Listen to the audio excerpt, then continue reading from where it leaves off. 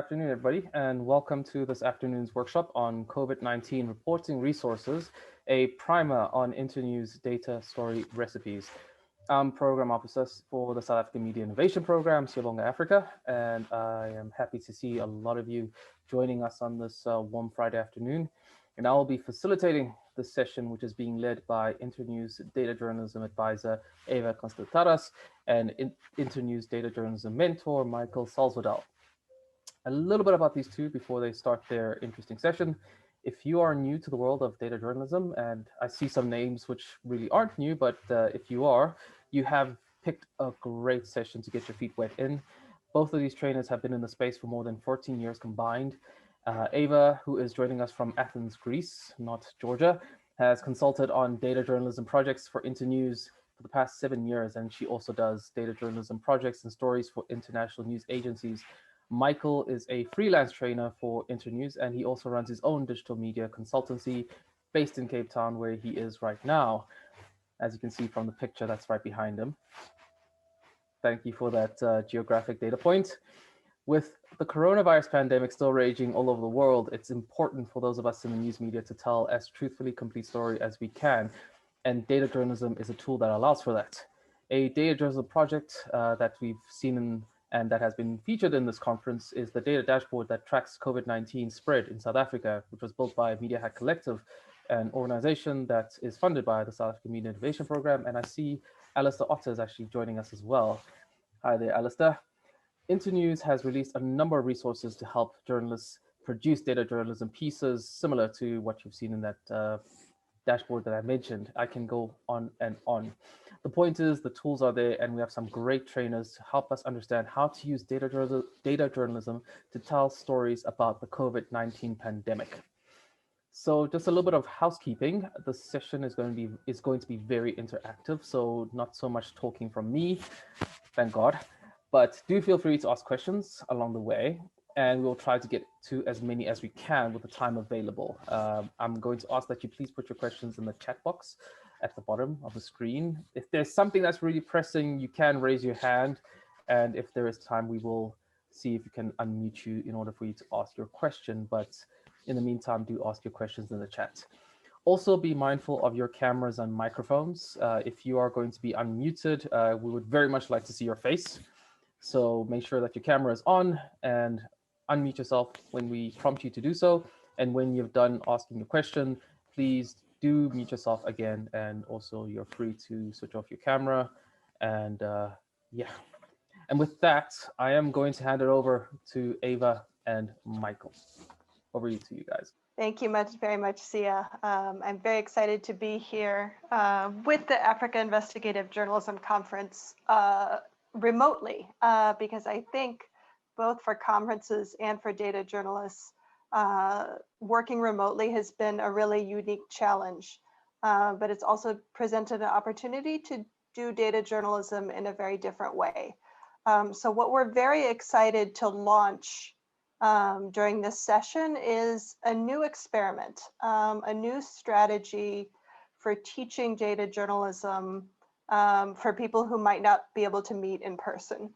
And what I want to take you through a little bit of is why data journalism has been so difficult to teach around the world, and why we don't see data journalism being mainstreamed in media, and how we hope that data story recipes can be part of the solution. So what we're hoping is that data recipes are going to be able to make data journalism more accessible to more people. And before we get into the data recipe itself, I want to tell you what a data recipe is and why we think it's an important contribution to learning data journalism. So over the last 10 years or so that I've taught data journalism, what I've realized is the problem isn't really the lack of data. It's not really that people don't learn how to code. It's not really even that the news managers aren't interested in publishing the story. What I've realized really is that often it's really a lack of a process. Journalists don't know how to tell data stories because they don't know how to follow a research method to get from data to story. So what a data story recipe does is it gives you all of the ingredients you need to tell a data story, very specific instructions and step-by-step directions for putting together those ingredients to cook your data story. So what I wanted to explain to you is why we think now is the moment to launch this. The reason why we think COVID-19 is the perfect time to embark on data journalism and to try out a data story recipe is because our media consumers are really, really confused. Our media consumers are overwhelmed by misinformation and disinformation. They would like to have access to credible information, but they don't. So why is it that we're not getting them better data-driven stories on COVID-19? I think a lot of it has to do with lack of skills. Like I said, journalists don't have the research method skills, they don't have the data analysis skills, and sometimes they don't really even have the investigative reporting skills. Often people have tried to bridge this gap with solutions that we know don't work. So things like boot camps and hackathons, these sort of misdiagnose the problem. They think that if journalists just learn a couple of new tools, a couple of new technologies, that'll fix the problem. And I think that's really a misdiagnosis of why people don't do data journalism. So what Internews does and the solution we have developed relies more on looking at the entire process. So how do we get people to follow a research methodology through extensive training, through getting access to data through a data hub and through collaboration with NGOs? And then how do we support people to produce data stories after the training is over? Our in-person training program is 200 hours. That's 5 weeks of full-time training. Obviously, we can't substitute 5 weeks of full-time training through a remote format, but what we do think is that data story recipes can get you started. We think they're a very good way to introduce you to a replicable process that then you can get started on data journalism on your own. So what exactly do we have in our data story recipes? And this is before we jump into the recipe itself. We are going to provide the ingredients, so all the data sets you need to do the data story. We're going to provide very detailed step-by-step instructions. And I think one of the first things you need to learn when you get into data journalism is how to follow instructions. So how to be able to read and follow a set of instructions. We also provide a community. So data journalism is very collaborative. So other people, we have a community started here already that can help you if you encounter problems. Like I said, it gives you a process that you can replicate on your own with your own data. And then finally, for those of you who are trainers, we hope that you can use this data story recipe as a template to create your own data story recipes about other topics. Okay, so that's why we think that this is really the moment to do data story recipes and to have this launch. We would like all of you to be able to, in the next hour and a half, do this data story recipe with us. So this is not a session where we want you just to sit back and watch. If you do that, you're going to be bored because there's going to be times where we're going to pause and allow you to catch up with the steps. So if everyone can open this bit.ly link, that is a link to the data story recipe itself. So I'm going to, before we get started before we get cooking, I'm going to let Michael give you a little bit of an overview of the data story recipe and what we're going to find. And then we're going to take you through the questions we're going to answer with the recipe and start doing the recipe. Thanks, Eva. Hi, everyone, wherever you might be. Thanks for the sort of the intro to the session, Sia and Eva.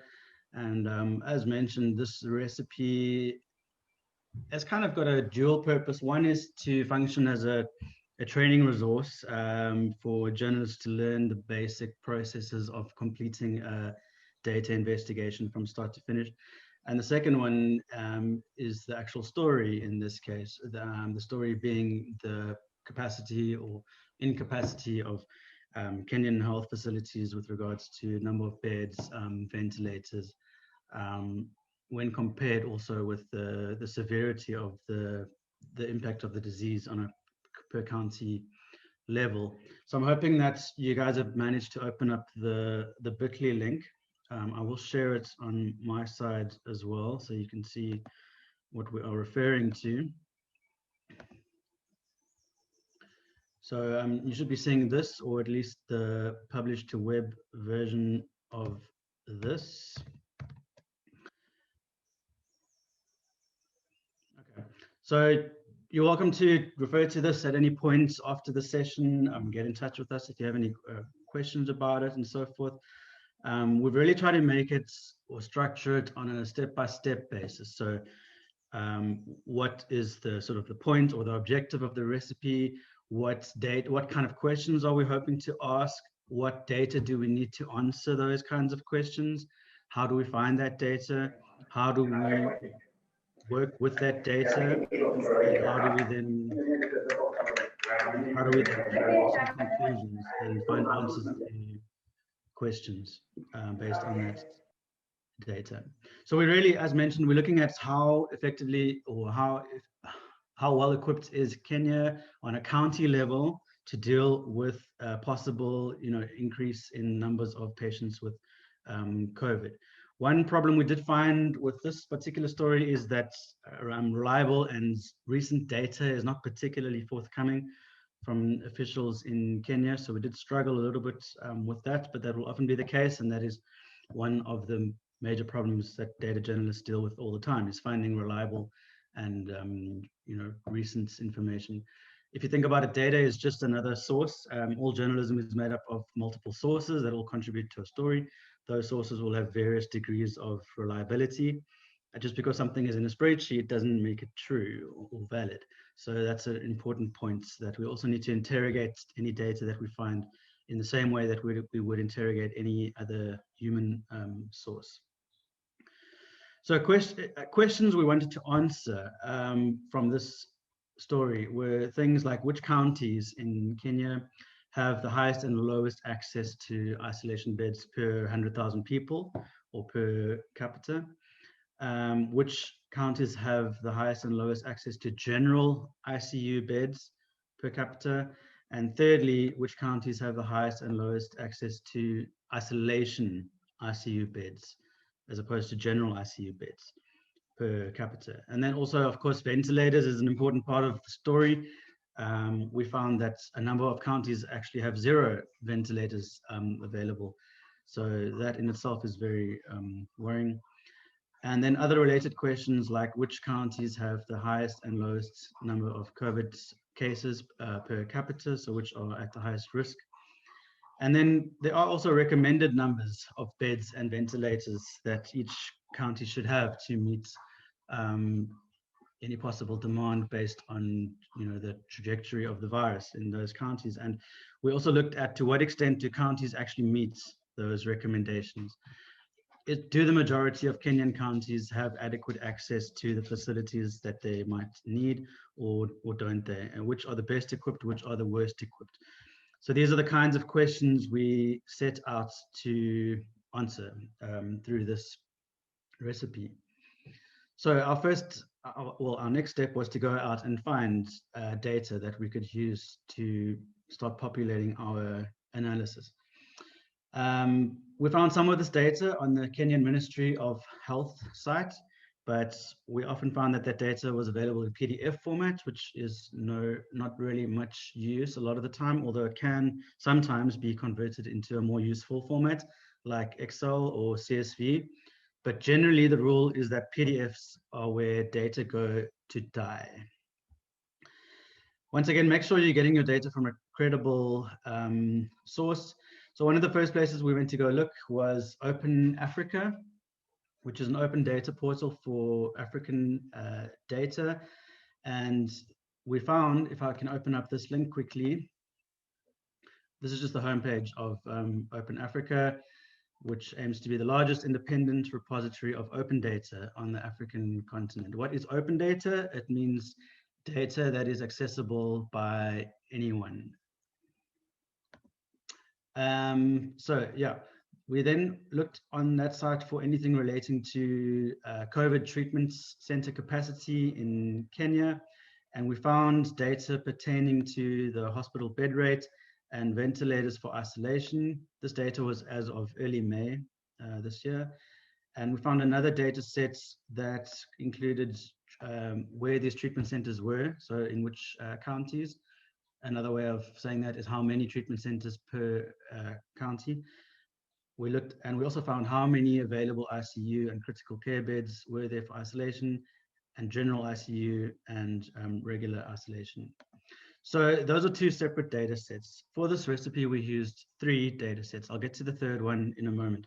But in order to access the first 2, there are 2 links that you can follow here to this data.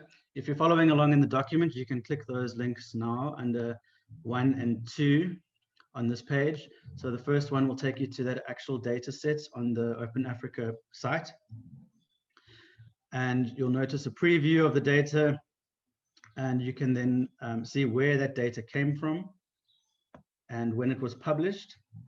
And you can then download it on the top right here in a format that you can then work with in Excel or Google Sheets. So you've noticed it's downloaded as a CSV. Let me just go back to the recipe and download the second one that we're going to be working with, ICU beds for general patients, public and private. So once again, click on the link and it pops up a preview, and you can then download that as a CSV as well. If I'm going too fast or need to repeat anything, please just put your hand up and ask a question or drop something into the chat. While we're waiting for everybody to download their data, keep in mind that we've got the explanation up above of how we found the data, how we verified. Like Michael said, no data is perfect, and you don't want to use any data that you haven't verified the quality of. So what we've included in this data recipe up at the top is information about where we found the data, how we verified the completeness. And these are steps that you always want to do. So we basically did the background research for you, right? We basically looked up how are other media outlets covering the same topic of healthcare infrastructure in their country. Has this story been covered in Kenya? We realized it had not, so there was really a need for this kind of story. We looked at how other countries had been measuring this problem. So that's kind of how we figured out that it was ICU beds and ventilators and isolation beds that we needed to explore. And then we looked to see, again, what are the trusted data sources for this kind of story. So what we're hoping is with this data story recipe, it's useful for you that we've already put together this background material. We've developed very, very specific questions. So again, this is a technique called interviewing your data. So always do read through this to make sure you understand your data before you actually get started in the analysis, right? Thanks, Eva. Also, in this case, it might be useful to first read the fact sheets or the tip sheet that we put together, which is essentially an executive summary of the full recipe. And there is a link to that in the top of the recipe documents, which is highlighted here. So if you click through to that, you'll get a 2-page PDF, which is kind of just an overview of what this story is, why it's important, why we did it, the questions we asked, and then the key findings as a result of the analysis, which we're going to be going through now. So we found, for example, these counties had the best access to isolation beds. In other words, the highest number of isolation beds available per 100,000 people, compared to the counties where there were the fewest number of isolation beds available per 100,000 people. So the worst access. Then we just did a really basic chart showing which were the best counties in terms of access, right down to the worst. And then we moved on to access to critical care beds. But one other key finding we found was that only 21% of Kenyan counties actually meet the recommended level for regular isolation beds. So another way of saying that is only 1 in 5 counties in Kenya have sufficient isolation beds, or at least had sufficient at the time that this data was made available. Then we moved on to looking at the access to ICU or critical care beds. And once again, there we found that these were the counties with the best access. However, best is a loaded word because these were in fact the only 4 counties that have any or had any access to ICU critical care beds for isolation. There were no critical care beds for isolation available in the remaining 43 counties in Kenya. So that's also an important part of the story. And we've been really searching hard for new data, but the government hasn't really been forthcoming with any, which in itself becomes a part of the story, or even becomes a story on its own. Why is there no fresh data about health capacity in Kenyan counties? Is it because the picture is really bleak and they're withholding it for political reasons, or is it just that it hasn't been compiled? So these are really important questions which have to be considered as well when you're producing an holistic set of stories about this problem. And only 1 county, Mandera, met the recommended number of ICU critical care beds. So if you were going to get really sick with COVID and you were in Kenya, your best bet is to be in Mandera. Counties with best access to ICU beds for general patients, so that's just normal ICU beds. Nairobi, one of the most populous counties, has just 5 ICU beds per 100,000 people, but that in fact is the best rate in the whole of Kenya. The situation gets a lot worse in some of the smaller counties where there are very few ICU beds available. 26 counties, that's roughly half of them in Kenya, do not have any ICU beds for general patients at all. So as you can see, you can start to get some very interesting anomalies, maximums, minimums, surprises, omissions, these kinds of things, which are all sort of synonyms for story hooks, things that will make people pick up the paper or click on the link or click through to the Facebook post, things that make you stop and say, wow, I didn't expect that. Or, that's really interesting. I want to, find out more about that. So really the aim of data journalism is not just to play around with spreadsheets, it's to ask the right kinds of questions and know how to use spreadsheets to come up with accurate and compelling and interrogative kind of answers that really help people to understand a situation better, because ultimately that's our aim as journalists, is to help people make sense of situations as best as possible, with as few ambiguities as possible. So we also just graphed the situation in terms of access to ICU beds. And then we looked at ventilators. Only Nairobi and Meru had ventilators available in the whole of Kenya, according to this data that came out earlier in the year. That might have changed now. There was some anecdotal data released a few weeks ago in which certain claims were made, but having spoken to various newspapers and organizations in Kenya, people are not so sure whether, to what extent that anecdotal data can actually be trusted. So something else to further investigate. The other thing is that no story is ever complete. You've always got new data, fresh data, different things to compare it to. So yeah, you can't ever say that a story is 100% complete, but at some point you have to wrap it up and put it to bed. Then as of late July, which is when we compiled this recipe, this was the situation in terms of COVID in Kenya per 100,000 people. Really important to look at this proportionately, because some counties have many more people than other counties. So absolute numbers don't really make too much sense. We have to contextualize that and say how many people per 100,000 have got COVID at the moment in certain counties. And so in Nairobi it was quite bad with 240 per 100,000, and in these 3 counties here it was relatively less of a problem. So that's just a quick look at the fact sheet, which is kind of your executive summary of the more in-depth step-by-step recipe. And yeah, so those are the questions we asked. Those are the answers we came up with, and the recipe details how we found those answers.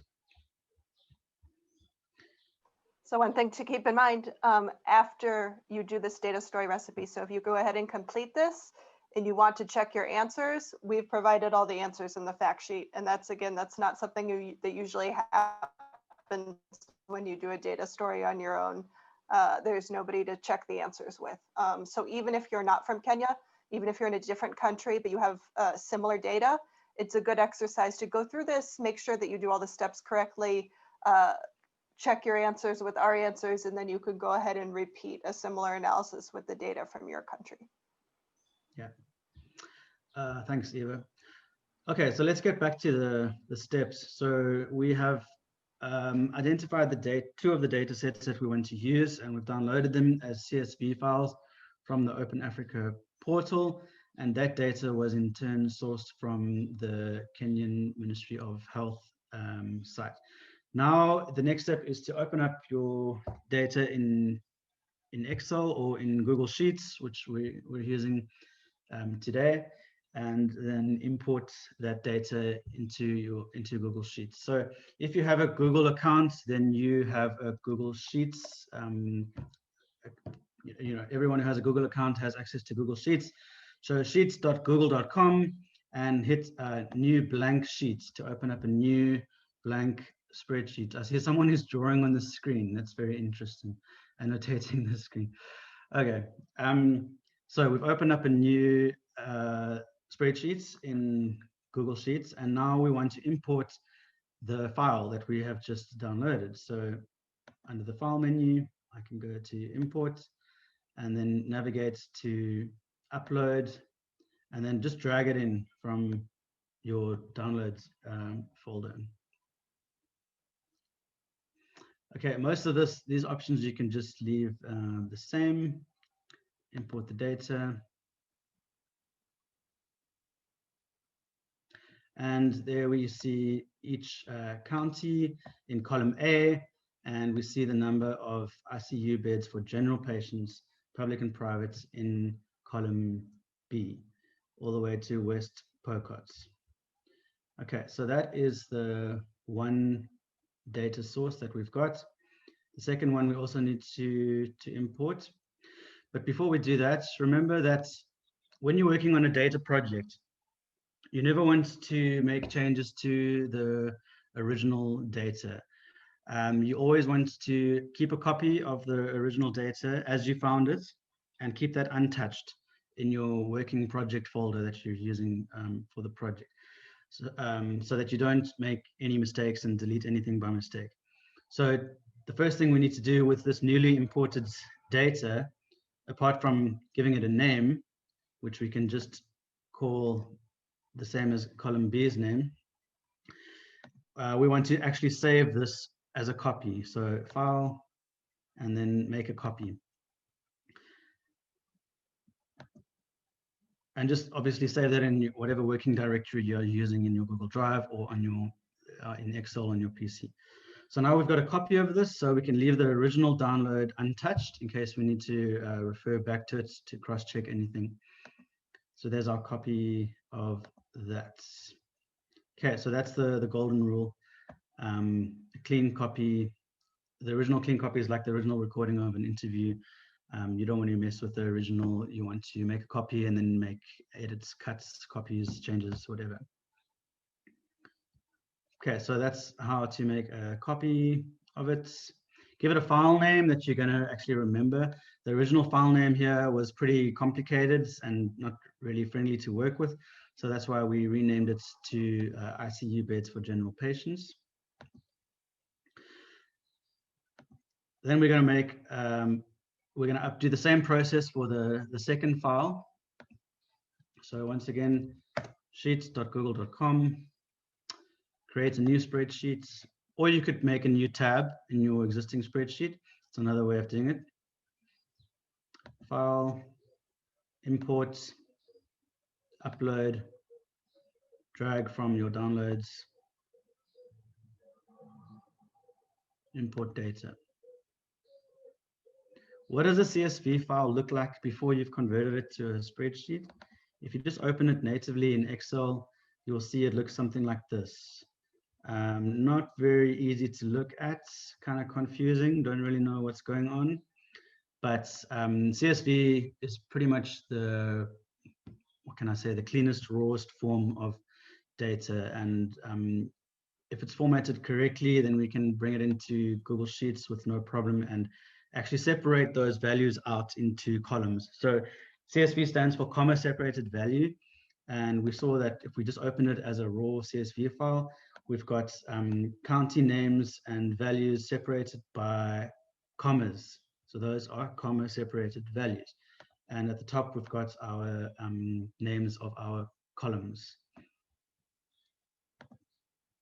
Okay, so once imported into Google Sheets, it's converted those comma separated values into different columns in the sheet.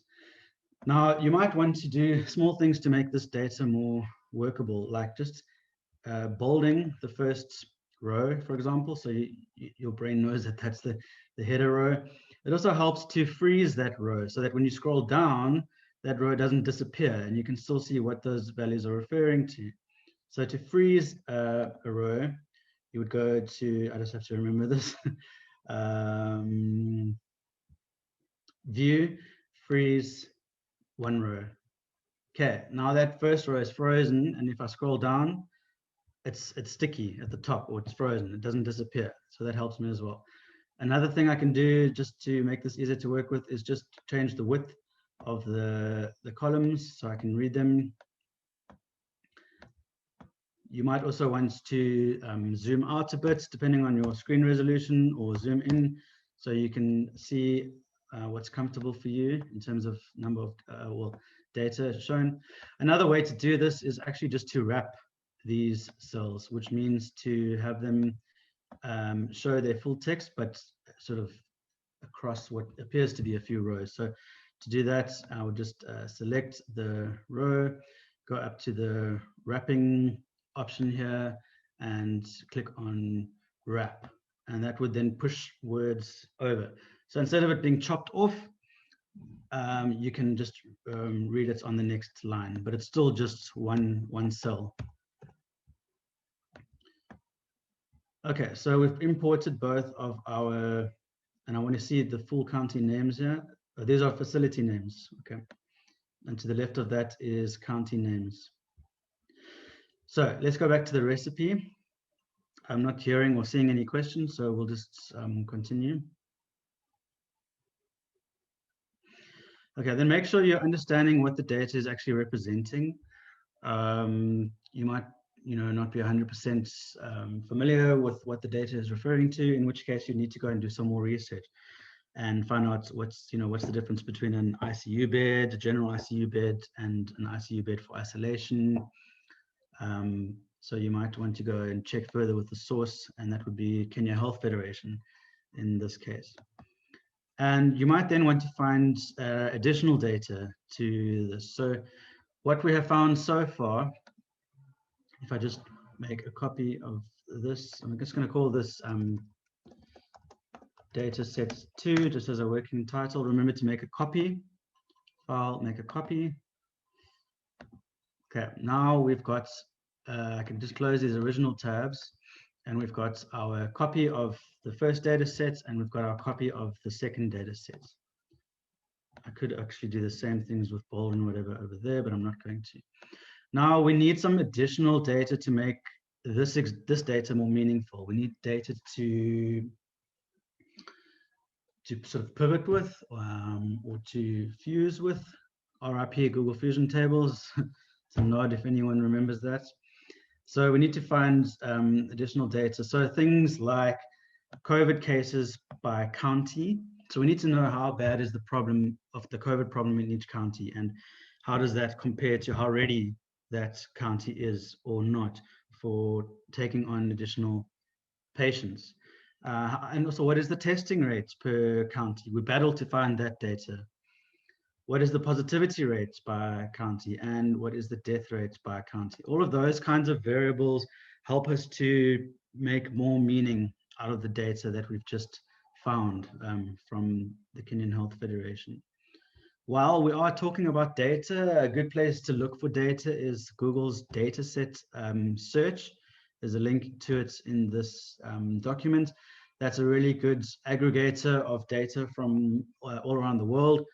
They've got some examples here of coronavirus, COVID-19. So they're trying to curate the best data from the most, hopefully the most reputable, reliable organizations around the world. With regards to any topic, in this case COVID-19. So that's a good place to go if you have a story and you're looking for data for the story. DataGen typically works in two ways. Either you have data and you're looking to make a story out of it, or you have a story or a story idea and you're looking for data to support that. So that's Google's dataset search.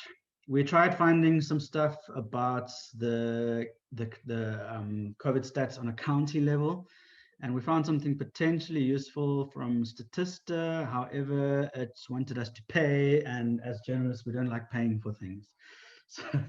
So we ignored that. And then we went onto the Kenyan Ministry of Health website, and also the Kenyan Healthcare Federation website.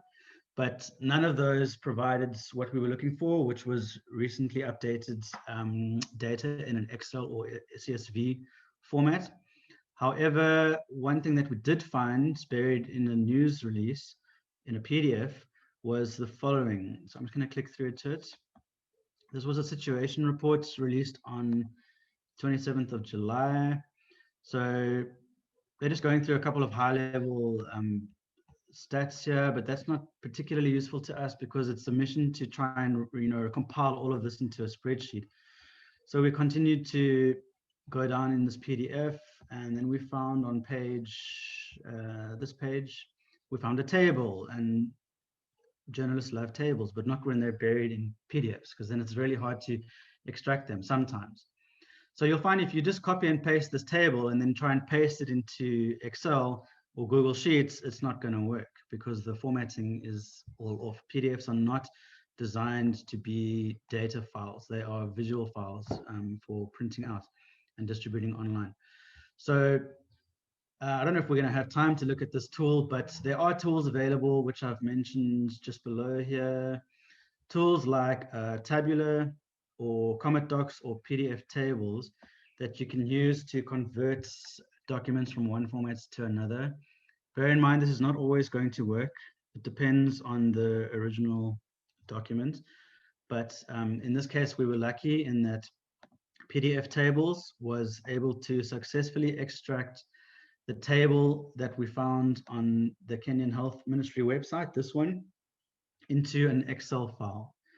Once we had extracted that into an Excel file, we were able to upload that Excel file into Google Sheets. And we were then able to work with that in a much easier way. I'm just trying to move this little Zoom toolbar away.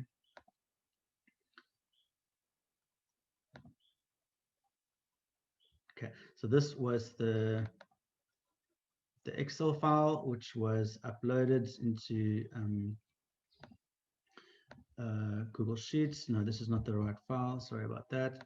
But in the recipe, you can see the preview of that file. We've got a column for the county and the population, which is important because that gives us, with population data for each county, we can see what is the severity per capita of the disease or of the shortage of beds.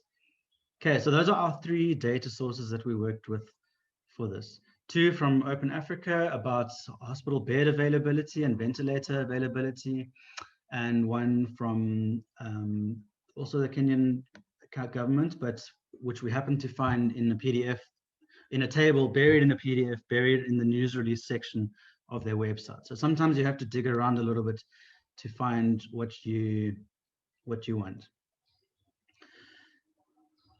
Okay, I've shown you how to change the text wrapping so that you can see the column names more easily. Either you click on so you select the row and then either you click on the text wrapping button, which is over here, or you go up to data and then, sorry, format, and then text wrapping, and then wrap. So that's just to view it more easily. And then we changed the font to bold so we could see the titles more easily, and we froze that row so it was permanently visible while we scrolling down in the document. Okay, then what we needed to do is combine rows that had the same county name into one county total. I just want to actually find this this third data source as it was formatted. No, it's not that one.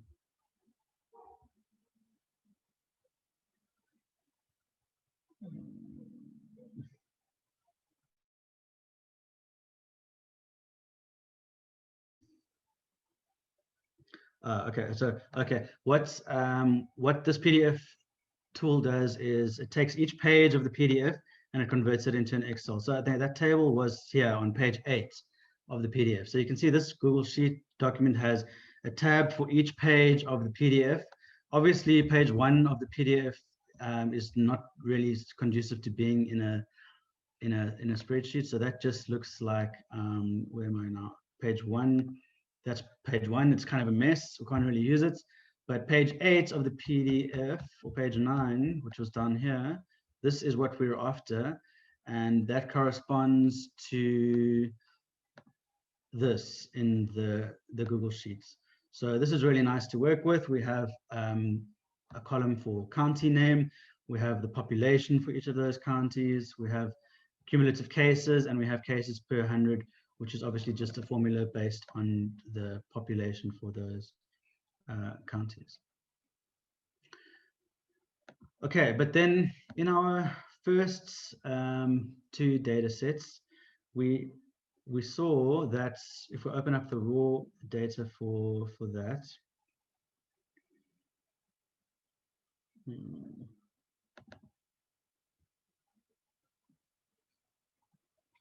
okay, it's not this one, it's the other one.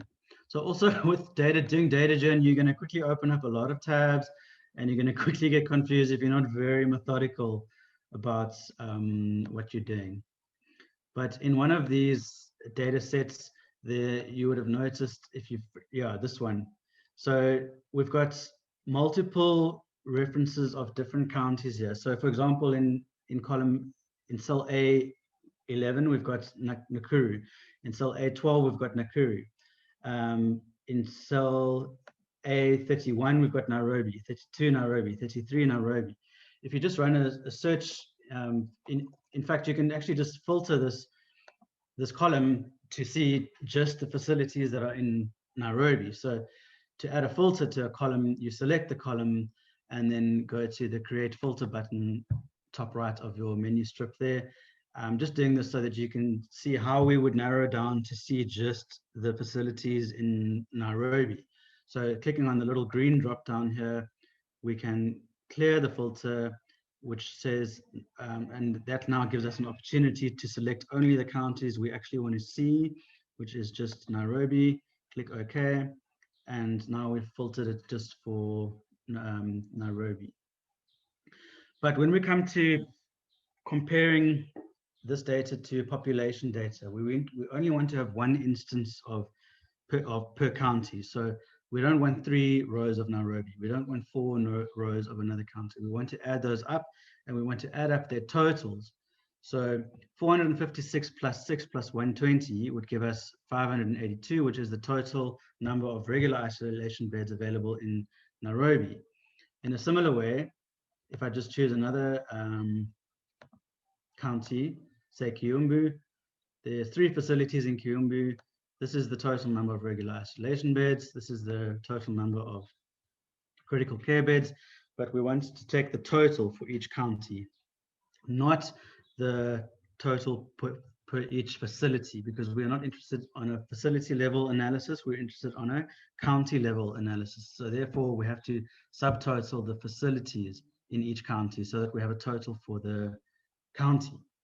So I hope we are following and that I'm doing a reasonable job of explaining.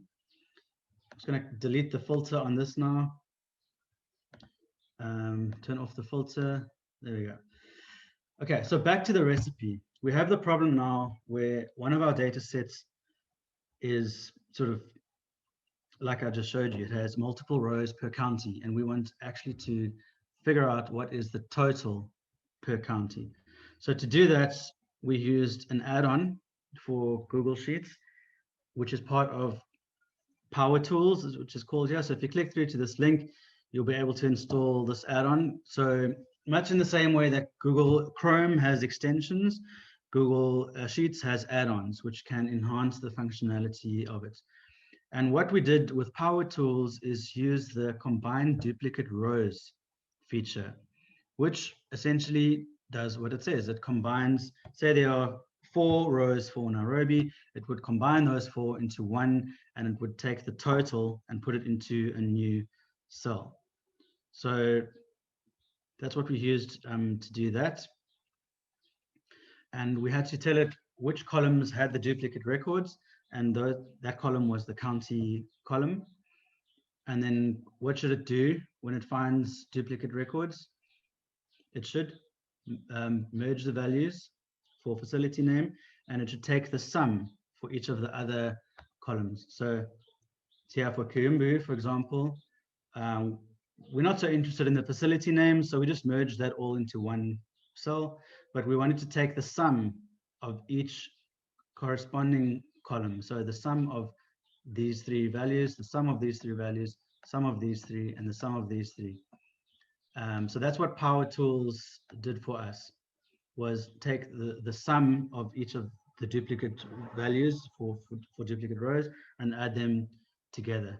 So when we had run that little function, it's processed 80 rows, and 66 duplicate rows were combined into 32 rows and 14 unique rows.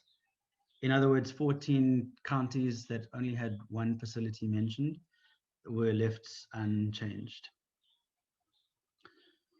Okay, are we good? Eva, are we good?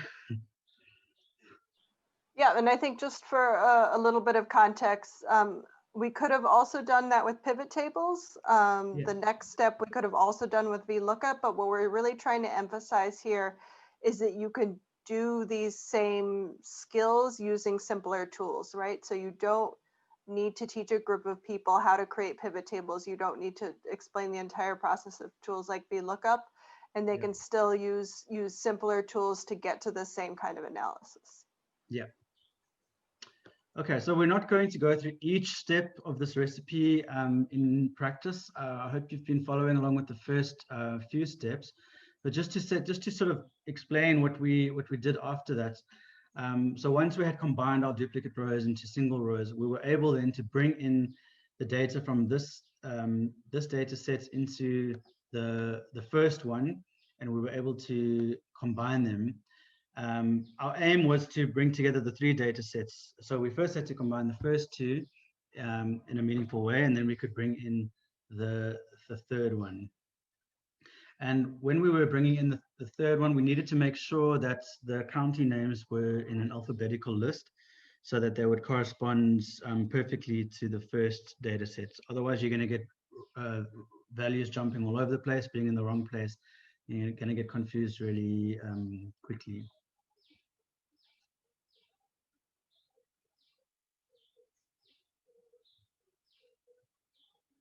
Okay, so step 9 is talking about bringing in the country infection rates data. This is the data that we extracted from that PDF on the Kenyan government's website, and we then downloaded it as an Excel, and then we uploaded it into Google Sheets, and we ran the Power Tools function on that. So we could copy this data back up to the, well, to sit alongside the first 2 data. Just be really careful when you are combining data like this, because even if you have one row that's off, it can throw the rest of the rows after it or before it, and then you've got a real mess. Then you have to start again. So make sure every step along the way that you are double checking that what you're copying in corresponds perfectly with what's with your original data. Okay, so what we've done is to kind of show you what your resulting file should look like now, assuming you've finished steps 1 to 10. We've created a short link here, bit.ly/steps 1 to 10. And when you click on that link, it takes you to this combined sheet, which is showing us all the counties, each mentioned only once. So we've gotten rid of the duplicate mentions of counties. We've got a column for our regular isolation beds available and regular isolation beds recommended. Important to see whether the beds that are available are actually more or less than what's been recommended. Same thing for ICU critical care beds, both available and recommended, and also for ventilators, both available and recommended, and also general ICU beds. We don't have recommended figures there, just available.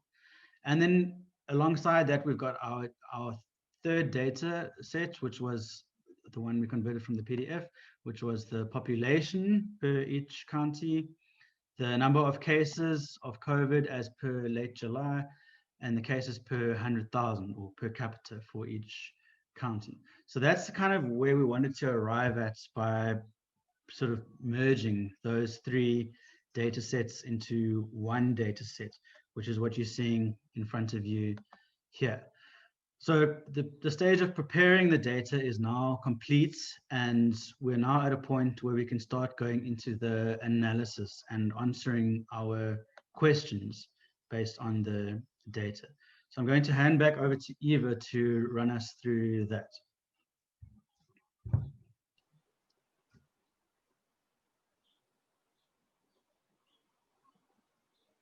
Great. Can you stop my share? Yeah, please. Okay, so what we want to do now is I think we have about 30 people on this call, is we kind of want to test whether or not our data story recipe is going to work. So what we'd like you guys to do is scroll down to where we are in the recipe, which is on step 11. And what we're going to ask you to do is follow step by step along with the analysis. So if you go to step 11, you see what we're going to do is we're going to begin interviewing our data. So for journalists, this is when things actually get interesting. All of the great work that Michael showed us before was just to get us to a point where we can start actually interviewing our data.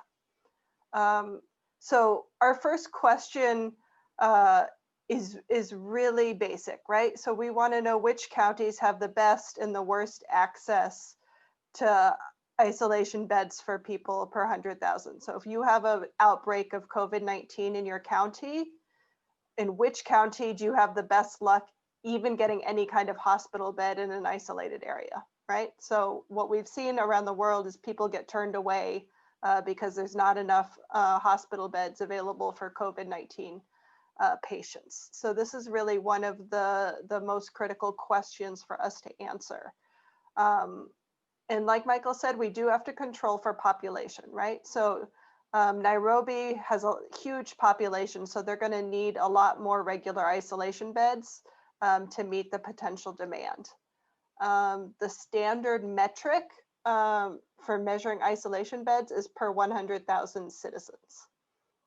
So what we want to calculate is how many isolation beds are available for every 100,000 people.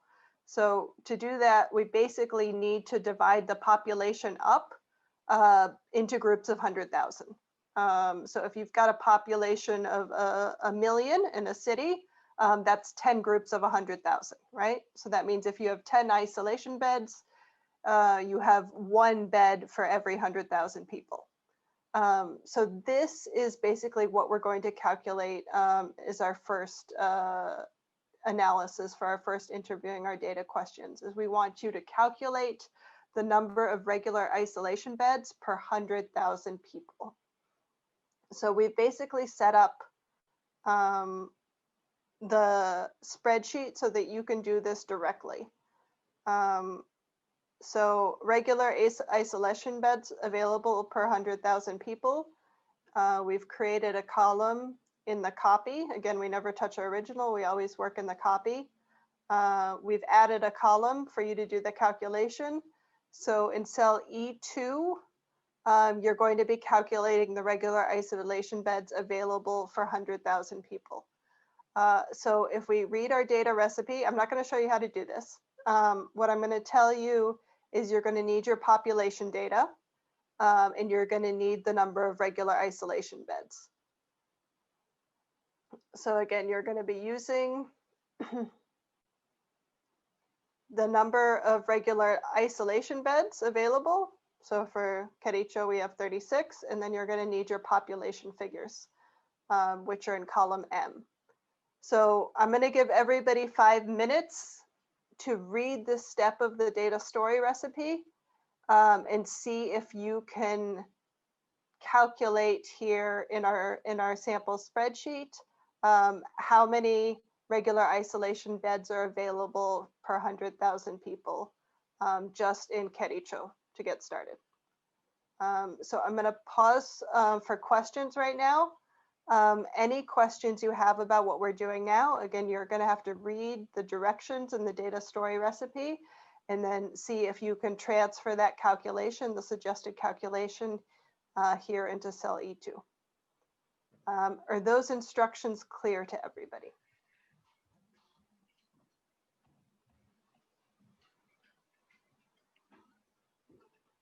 Okay, and we are hoping as many of you possible can help us do this, because if we can't get people to do it as we're explaining it, then we're definitely not going to be able to get people to do it without an explanation. Because again, the idea is that somebody could just open the data story recipe and follow along on their own. So if you have any questions about how to follow this recipe, let us know. If you're all set, then just go straight to step 12. Go straight to step 12. Open the spreadsheet. You can go to the copy tab and start to do your calculations. And then we're just going to set the timer for 5 minutes to let you go ahead and do that. Yeah, so just don't forget to first make a copy of this sheet so you can edit it yourself. Right, so go to File, make a copy, and that'll be your own working copy of the file, and then you can go ahead and do your calculations.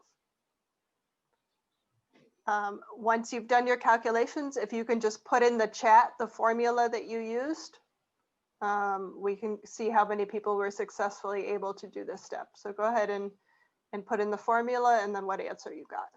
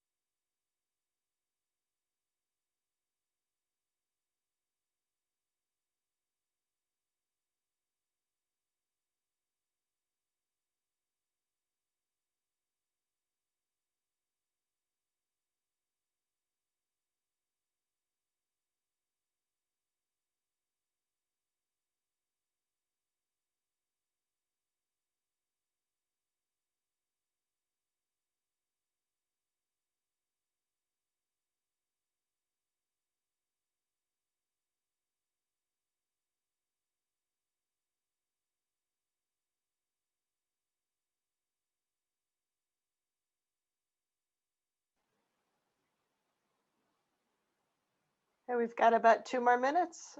Again, we have a secret prize for anyone who puts in their answer first.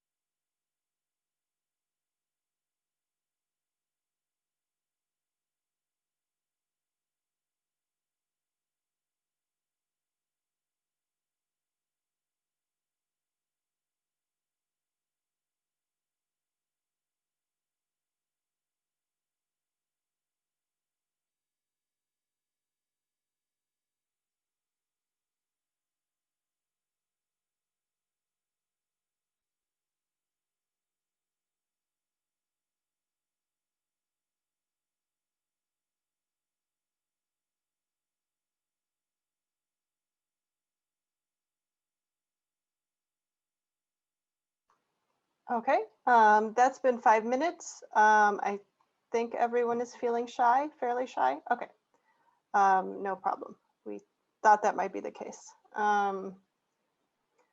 Okay, so again, all we want to do is follow our instructions, which told us that we need to take, so we can see we need the number of regular isolation beds available divided by the population, gives us the available population per capita, and then we times it by 100,000 to figure out per 100,000 people, right? So we're just going to use that exact same principle. What you want to do, what we realize that when we teach it, what you want to make sure that you do is make sure people are really thinking about the formula, right? So they're thinking about what numbers go in there. So what column do I have the regular isolation beds in? I have that in C2. And then I want to divide that by my population, right? So my population is in M2. And that's multiplied by 100,000 to get my rate per 100,000 people. 1, 2, 3, no serious. 1, 2. Okay. Okay, and then we just copy down the formula. You can either drag it down or double click. You can see we go, we're going to sort. You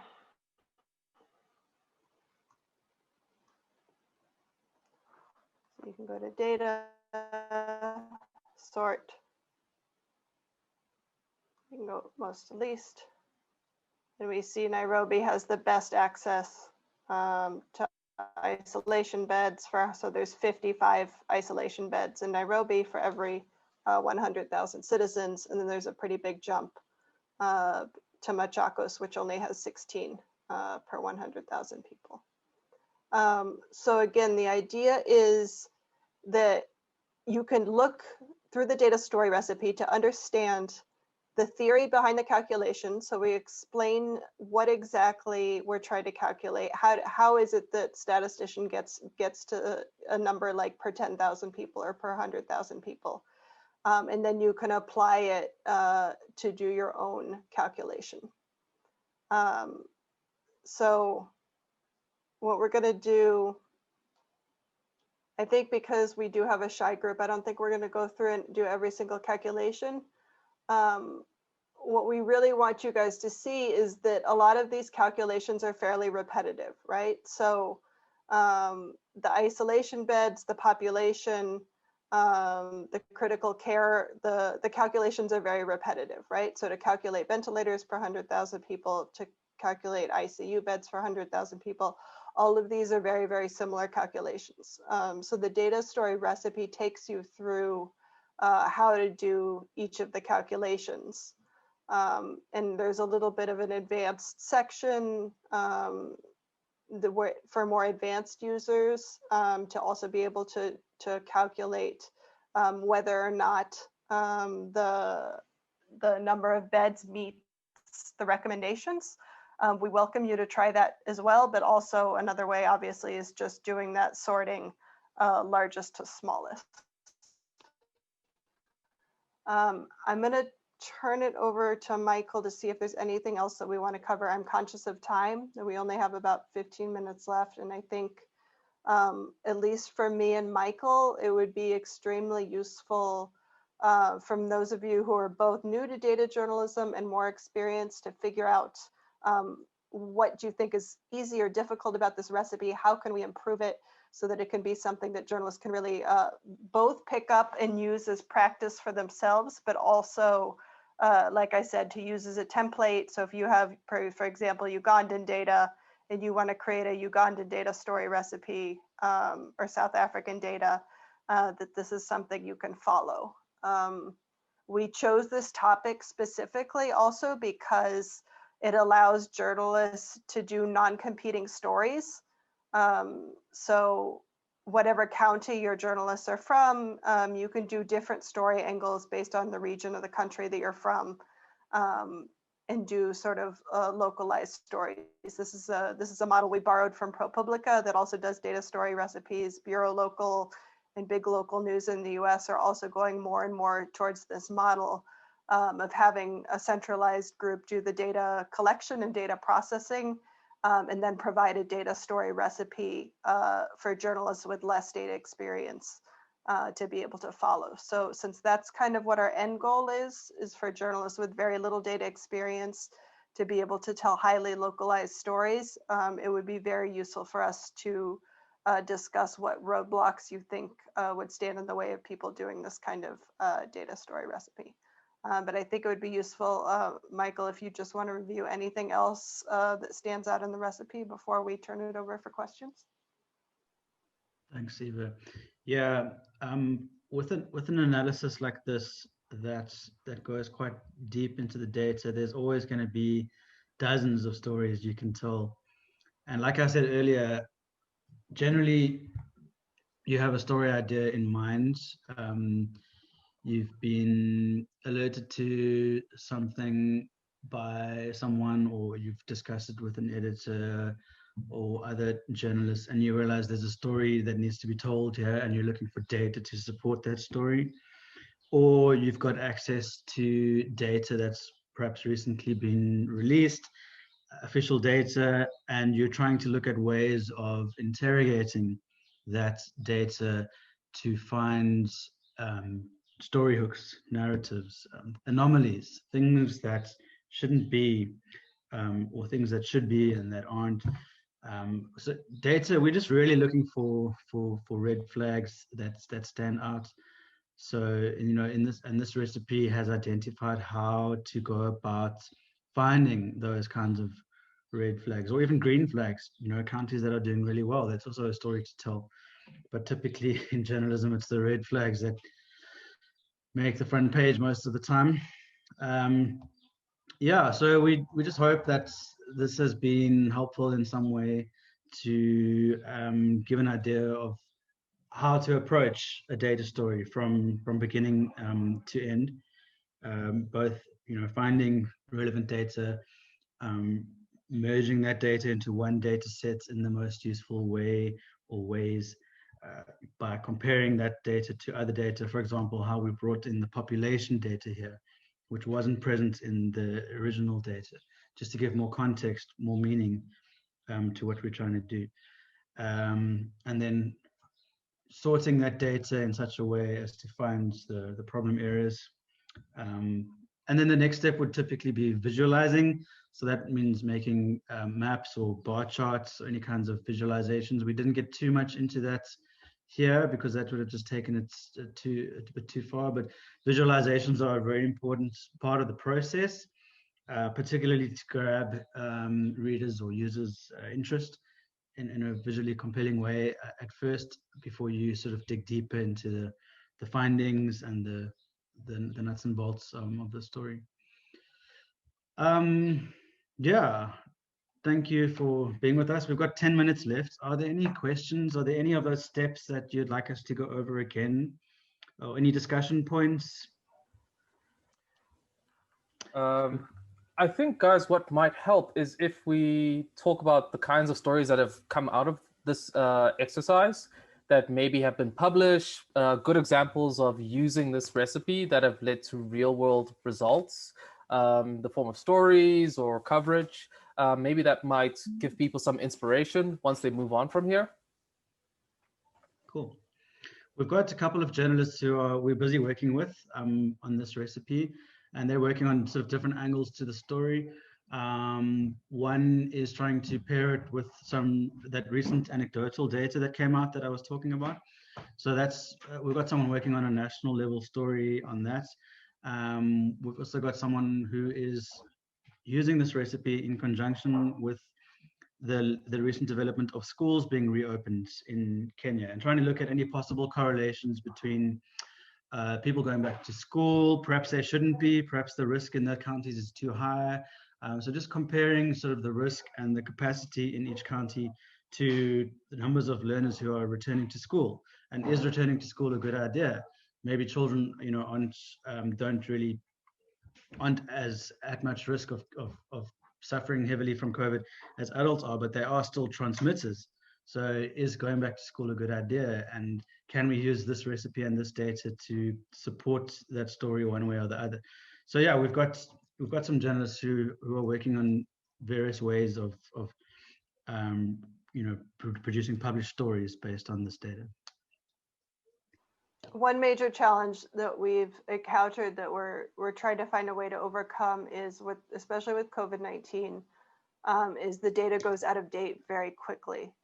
In governments, there's a lot of sort of open washing going on, so that they were pressured at a certain point to make their numbers public, but they hadn't committed to updating any of those numbers, right? So as soon as they realized somebody was actually using and interested in this data, they basically not published any data, any comprehensive data since. So we know, for example, in Kenya, that they've been building ICU beds. We know that they've been buying ventilators, but there's not a centralized place where they report that data, which is a fairly effective way of getting journalists to self-censor, because they know that the numbers have changed, but they can't prove how.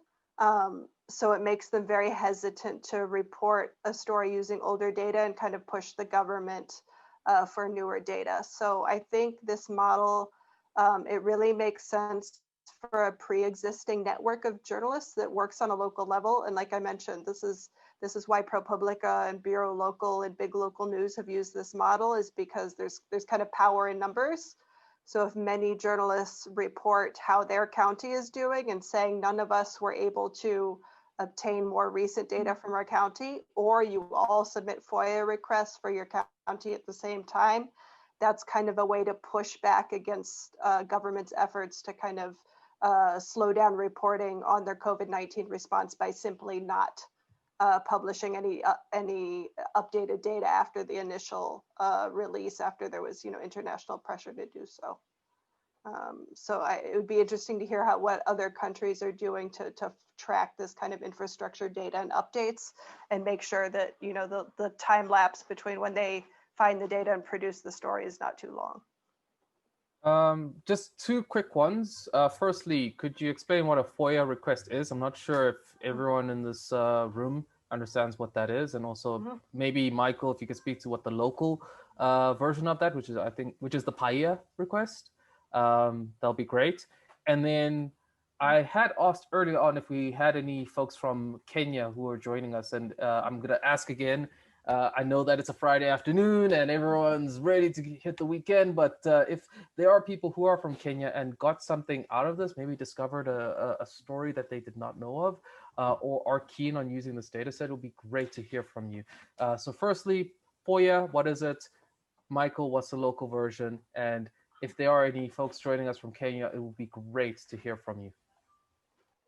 Sure. So yeah, that's a really good point. The FOIA is called different things in different places. It's the Freedom of Information Act. Other countries, it's the Right to Information Law. And that's basically a petition to the government for access to public information. In Kenya, this was very effective when the county system was first created. A journalist called Paul Wafula managed to access every single county's health budgets. So that's actually one of the inspirations for this story. He was an Internews fellow at the time, and we actually got every single county's health budget by requesting it county by county. And that allowed us to do an analysis of how much money each county was spending on healthcare. So to get updated data in Kenya right now about ICU beds and ventilators and things like that, that might be the way to go, is to again officially petition for information from every single county governments to release their new numbers about this data. Yeah, so in South Africa, it's much the same. It's just called something else. It's called PAIA, which is the Promotion of Access to Information Act. And that's essentially just a freedom of information law that exists in this country, which gives constitutional rights of access to any information held by the state that is required for exercising protection of rights. That's pretty much what it is. Thanks, Michael. Thanks, Ava. And I still haven't seen any folks raising their hands. So maybe we do not have any Kenyans in the room. But forgive me for picking on you, Alistair. You guys built a really great dashboard on COVID-19 data. Maybe you could just throw at us some of the challenges that you guys face in trying to get the data that's similar to what Internews has gotten and what has been shown. I know you guys have faced some challenges, but yeah, maybe you could quickly just give us a little bit about that. Yeah, so yeah, hi.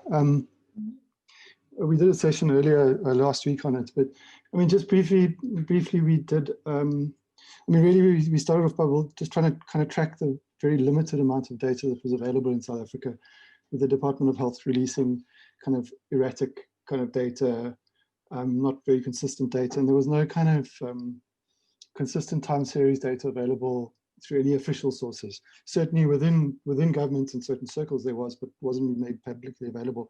So we kind of started to kind of log it over a period of time, with the idea that we could build up this repository of data. And I mean, I think the lessons in it are, one is you don't have to be a rocket scientist to do this. It was more about just kind of logging as much data as we could every day in a spreadsheet and being consistent about that. And two, once you've kind of built up a week or 2 or 3 weeks or a month or 6 months worth of data, you suddenly got a very powerful source of information, which we've just pretty much verified on a day-to-day basis. So we picked up anomalies every single day, and a lot of the people that looked at our dashboard gave us feedback, which we then made available to a lot of other third-party sources. I mean, we made a lot of that available, that data available, and being able to have, I think we're sitting now about 7 months worth of data, roughly covering, we referenced the global stuff, but we've just launched, we're using we've got as much Africa data as we can. We've got national, provincial, district data for South Africa, provincial and district data for South Africa, which is not been easy because of the nature of the way that the data was released. It was there was a national was fairly consistent, but then provincials provinces released data at varying intervals, which weren't in sync with national data, which meant that we oftentimes couldn't really reference that because we weren't really sure about the kind of the process that they'd been through before it got to a national level. And we also shied away. The big thing for us was we shied away completely from any kind of media reports, because it's not useful to have somebody in the Eastern Cape speculating that 3 people died of COVID-19 when later we find that there's nothing to that.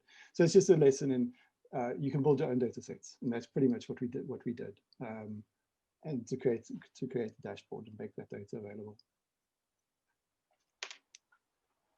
Thanks, Alistair. We've got a question here that says, Ava and Michael, your example was Kenya specific. Since it is a recipe, one can assume there are generic aspects to it. Could you talk about how this would apply in any country of the world? Yeah, so we're doing, I think what changes basically is where you find the data, right? And the format the data comes in. We're doing the same thing for Cambodia right now. And again, basically we just have to swap out the sections on where the data comes from. For that case, it wasn't in PDF, so it was already in Excel format. But the counties didn't exactly line up with the counties for the hospital bed data. In the case of Cambodia, they didn't specify the difference between ICU and isolated ICU beds. So I think, like the details change, but the structure of the data story recipe stays the same. So, and again, we want to encourage other people to use this. We didn't make this up. I copied this format from the way the Big Local News Project wrote a data story recipe for open news about how you can calculate your state level police shooting fatality rate. So there's actually, I've noticed that this is really trending globally, this sort of creating a step-by-step data story recipe, and then also encouraging people to create their own versions of it. So I'll put the link in the chat of where the inspiration for this format came from. Thanks, Ava. Okay, we have a last minute question, and I'm really disappointing you people because we had so much time, but we will make this effort to answer this last question. And it's from Ida Yusta, who says, as a follow-up, if too little of the relevant data for this recipe is available in any given country, would the story have to be abandoned? That's an interesting one. Ava, Michael, how would you respond to that? Yeah, so I think if the data is not available, it requires the journalist to be a little bit braver, right? Because then the story becomes why isn't the government releasing this data? And I think in the same way as having many journalists within the country do the same story, I think there's safety in numbers, so that you want to point out, but look, Uganda, Tanzania, all of our neighbors have released this data more recently. Why isn't our county releasing this data? But again, depending on the media house policies and the culture of self-censorship, it can be difficult for journalists to tell a data story, basically saying that it's negligent on the part of the government not to be providing this data in the midst of a public health crisis. And we don't know what healthcare facilities are available. We don't know how many tests are being run. We don't know how many people are dying of this disease. I think you have to do a better job to confirm that in fact the data is not available. You need to call the Ministry of Health. You need to call all the relevant bodies to do the best job you can to find the data. But then if you can't find it, you do have to put yourself out there and take the risk to tell the story that this is negligence on the part of the government for you not to be able to tell this story. Yeah, I would echo that, and that is something we've found with the story, is that, we've mentioned it a few times, recent data hasn't been forthcoming, and so the question there is why, and that's a difficult question to answer because politicians like to make things difficult for journalists. And in some countries, if journalists make things difficult for politicians, things go a little bit wrong. And so it's difficult for a journalist to know how far to push it and how many demands to make. How accountable should they be holding government? And yes, the textbook will say journalists must hold governments to account, and that includes pushing them as hard as possible for reliable recent data. But sometimes, threats come up and people get fired and things happen. So it becomes quite a hectic thing to deal with. But yeah, we'll continue the fight. Indeed. Okay, we are way over time, or just over time, I should say. And I'd like to thank everyone who made it to the session. It was a really good, informative one.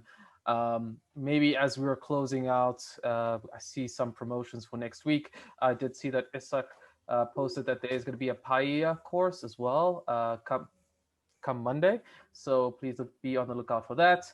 And in closing, Ava, Michael, quick sentence, not a paragraph, a sentence summarizing the essence of what we learned today. Get into the kitchen and cook up some data recipes. Yeah, I think, data journalism is collaborative. So let's try to expand this model, test this model, and please, any feedback you have on how we can make it better and examples of stories that you produce, please send them our way. Awesome, guys. Thank you once again on behalf of the AIJC. And thank you everyone who made it today. We hope that you got a lot out of this and that you cook up some great data stories. Yeah. So without much further ado, I'm going to let our hosts conclude our call and have a happy weekend, everyone.